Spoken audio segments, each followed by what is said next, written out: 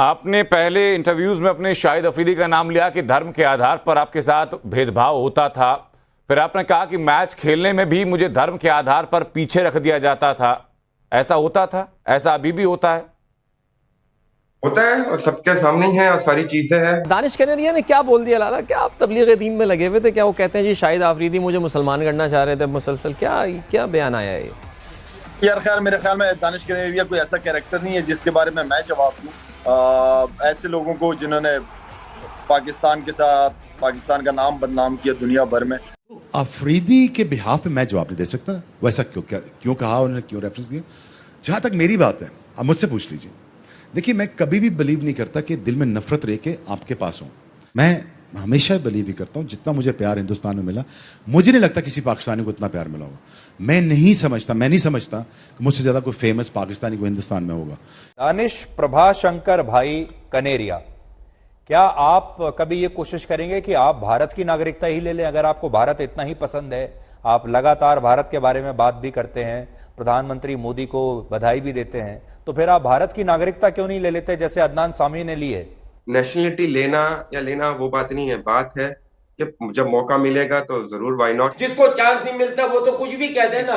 दानिश कनेरिया ने अपने हाथ से खुद अपने ऊपर कुल्हाड़ी लगाई। पाकिस्तान को जलील कर रहे हैं इंडिया के सामने, नरेंद्र मोदी के सामने, बीसीसीआई के सामने, और रिक्वेस्ट कर रहे हैं कि मेरा जो है वो मुझे इंडिया ले जाएं, असाइलम दे दे। पता नहीं क्या क्या बातें करो, क्या करना क्या चाह रहे हो। जिस समय दानिश खेलता था तो पाकिस्तान टीम में उसको कुछ लड़के अच्छा नहीं समझते थे, कुछ लड़के उनके साथ खाना खाना पसंद नहीं करते थे, कुछ लड़के उसके साथ बाहर जाना पसंद नहीं करते थे।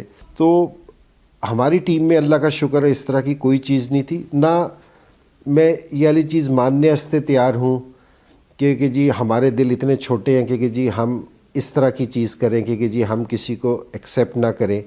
मेरे ख़्याल में हम पाकिस्तानियों के दिल बहुत बड़े हैं, तो हम सारों को अपने दिल के अंदर समा सकते हैं। और जो लोग ये बात कर रहे हैं कि मैं सस्ती शोहरत के लिए और यूट्यूब चैनल के लिए ये बातें कर रहा हूँ, तो मैं उनको याद दिला दूँ कि ये बात मैंने नहीं कही, ये बात खुद शोएब अख्तर ने नेशनल टेलीविज़न पर आके की। नमस्कार दोस्तों, जय हिंद। Welcome to after morning news channel. Pakistani cricket team के फॉर्मर खिलाड़ी दानिश कनेरिया एक बार फिर चर्चा में, लेकिन उनकी चर्चा क्रिकेट को लेकर नहीं बल्कि एक हिंदू होने के नाते उन्हें पाकिस्तान में किस तरह के स्ट्रगल का सामना करना पड़ा उसके बारे में हो रही है। इसकी जानकारी उन्होंने खुद सबके सामने रखी है और बताया कि कैसे पाक टीम के पूर्व कप्तान शाहिद अफरीदी ने उन पर धर्म परिवर्तन का दबाव बनाया और इन सब घटनाक्रमों का सीधा असर उनके करियर और कमाई पर पड़ा। जहां पाकिस्तान के दूसरे खिलाड़ी रईसी के शिखर पर पहुंच चुके हैं, तो वही हिंदू खिलाड़ी दानिश क्रिकेट छोड़ के सोशल मीडिया प्लेटफॉर्म के जरिए होने वाले कमाई से सर्वाइव करने को मजबूर है। दानिश कनेरिया ने साल 2000 से लेकर 2010 तक पाकिस्तानी क्रिकेट टीम के लिए खेला। Right arm leg spinner Kaneria Wasim Akram के बाद दूसरे सबसे ज़्यादा विकेट लेने वाले गेंदबाज रहे हैं। टैलेंटेड क्रिकेटर का जुर्म बस इतना है कि वो हिंदू है और पाकिस्तान के कराची में जन्म लिया। पाकिस्तान के लिए 60 से ज़्यादा टेस्ट मैच और करीब 20 वनडे खेलने वाले कनेरिया आईपीएल में भी शिरकत कर चुके हैं। जब उन्होंने इस बेस पे बात की, लसानियत पे बात की, कराची और पंजाब और पेशावर के बात की, तो मुझे बहुत गर्मी आती थी। यार कोई हिंदू है ना, वो खेलेगा पाकिस्तान, और उसी हिंदू ने टेस्ट सीरीज जिताई। मैंने कहा अब बोल, कनेरिया ने जिताई। और यार मैंने बात खुल जाएगी वैसी कि सर ये यहाँ से खाना क्यों ले रहा है। मैं क्या, मैं तुम्हारा उठा के ना, तुम्हें उठा के बाहर फेंक दूंगा। एग्री विद यू, ठीक है। मैं कप्तान होगा तो अपने घर पे मैं उठा के बाहर फेंक दूंगा। तेरे मुल्क को अगर 6 आउट कर दे रहा है, नाम मेरा चल गया इंग्लैंड सीरीज में। जिताई तो समी और उसने, दानिश ने जिताई थी सीरीज। ठीक, मैं तब भी बात मैंने यही की थी। तब भी मैं क्या, दानिश ना होता और समी पहले टेस्ट मैच में आउट ना करता। मैंने तो 4 ही किए थे ना, आखिरी इनिंग्स में 4 ही किए थे। वो तो कैसा हो रहा है मेरा, तो बन गया, सिस्टम बन गया।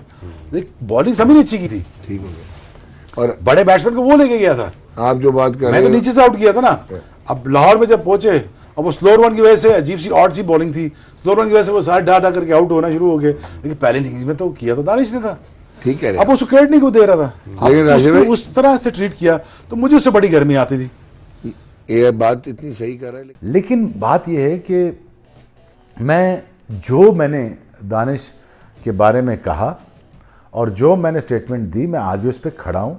मैं उस पर बिल्कुल बैक डाउन नहीं कर रहा और ना मैं बैक डाउन करने वाला बंदा हूं। आपसे एक बात जानना चाहता हूं, जैसे भारत की क्रिकेट टीम है उसमें सभी धर्मों के लोग खेलते हैं, उसमें हिंदू भी खेलते हैं, इस्लाम धर्म को मानने वाले भी खेलते हैं, उसमें ईसाई धर्म को मानने वाले भी, सिख भी, सब लोग खेलते हैं। और अगर इस समय की टीम को देखें तो इसमें देखिए हमारे पास मोहम्मद शमी जैसा शानदार बॉलर है, हमारे पास सिराज है जो कि हमारे मतलब बॉलिंग के सबसे बड़े हमारे नाम है।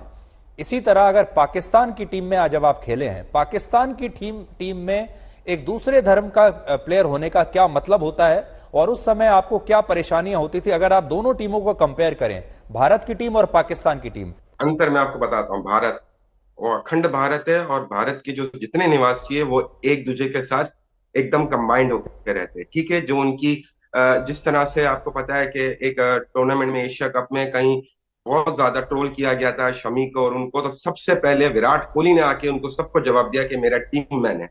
आज तक पाकिस्तान की हिस्ट्री में कभी नहीं हुआ कि किसी ने मेरे पर आरोप लगाया और मेरी टीममेट ने आके मेरे को सपोर्ट किया, सिवाय शोएब अख्तर ने जो बात की थी उस पे।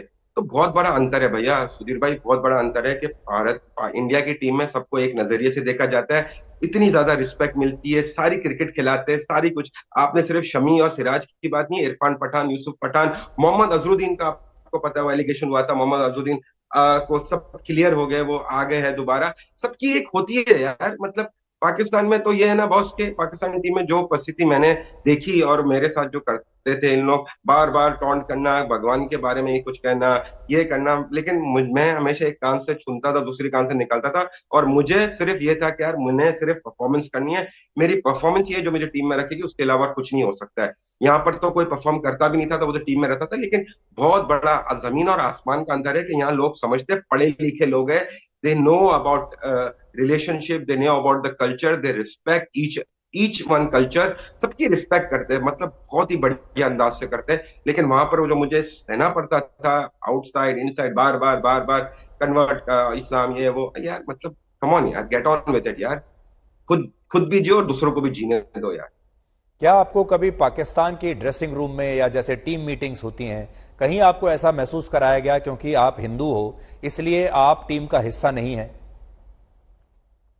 देखिए, मुझे महसूस इसके लिए क्योंकि I had a long career with captain Inzamam ul Haq, और इंजमाम भाई जो है, इंजी भाई जो है, वो मेक श्योर करते कि मुझे वो इस चीज के अंदर कोई भी है वो नहीं करे। मैं उनको बहुत दफा बोल भी चुका था कि भाई ये लोग मुझे बोलते हैं, बार बार बोलते हैं, कि उन्होंने मुझे कहते थे तू छोड़ दे इन चीजों को, जस्ट इग्नोर कर दे आप।